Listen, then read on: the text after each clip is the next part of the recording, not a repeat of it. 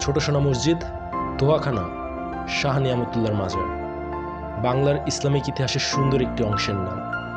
তোমাদের এই এলাকার নাম কি?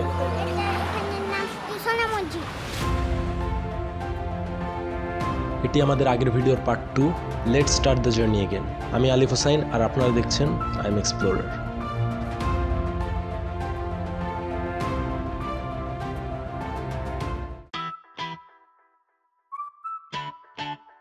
আমরা বর্তমানে আছি চাঁপাইনবাবগঞ্জের শিবগঞ্জ উপজেলার 0 পয়েন্ট এলাকাতে।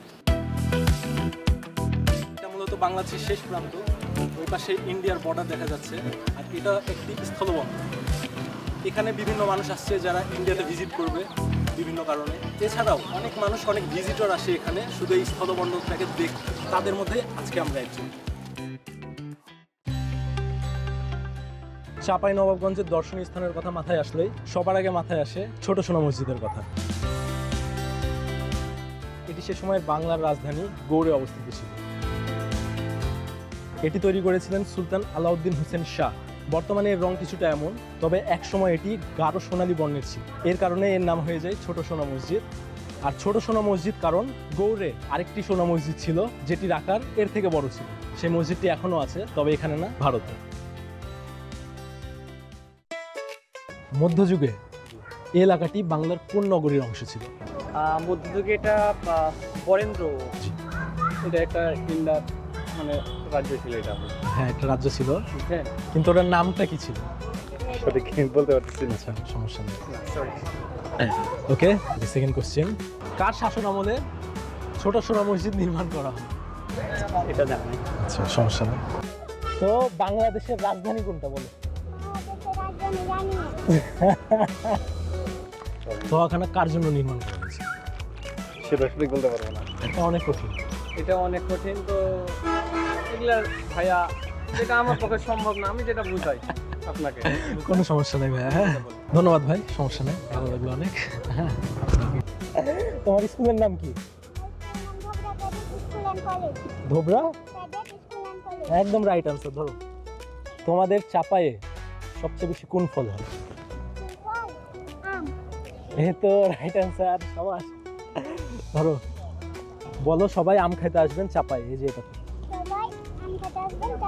টাটা। এই তিনটাই কোশ্চেন ছিল ভাই, ধন্যবাদ অংশগ্রহণ করার জন্য, খুব ভালো লাগলো। খোদা হাফেজ।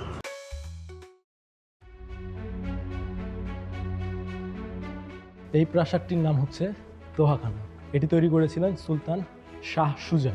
তিনি এটি তৈরি করেছিলেন সৈয়দ শাহ নিয়ামতুল্লাহর জন্য। এটিকে এটা মাথায় রেখে নির্মাণ করা হয়েছিল যেন এই বিল্ডিংটি তাপ নিয়ন্ত্রক হয়। দোহাখানা শব্দের অর্থই হচ্ছে ঠান্ডা ভবন বা ঠান্ডা প্রাসাদ।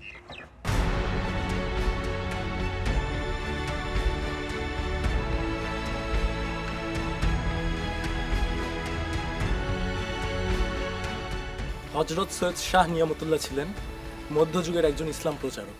তিনি মধ্যযুগে গৌড়ে ইসলাম প্রচার করতেন এবং জীবনের এক পর্যায়ে তিনি এখানে স্থায়ীভাবে বসবাস শুরু করেন এবং এটি হচ্ছে হযরত সৈয়দ শাহ নিয়ামতুল্লাহর সমাধিস্থল।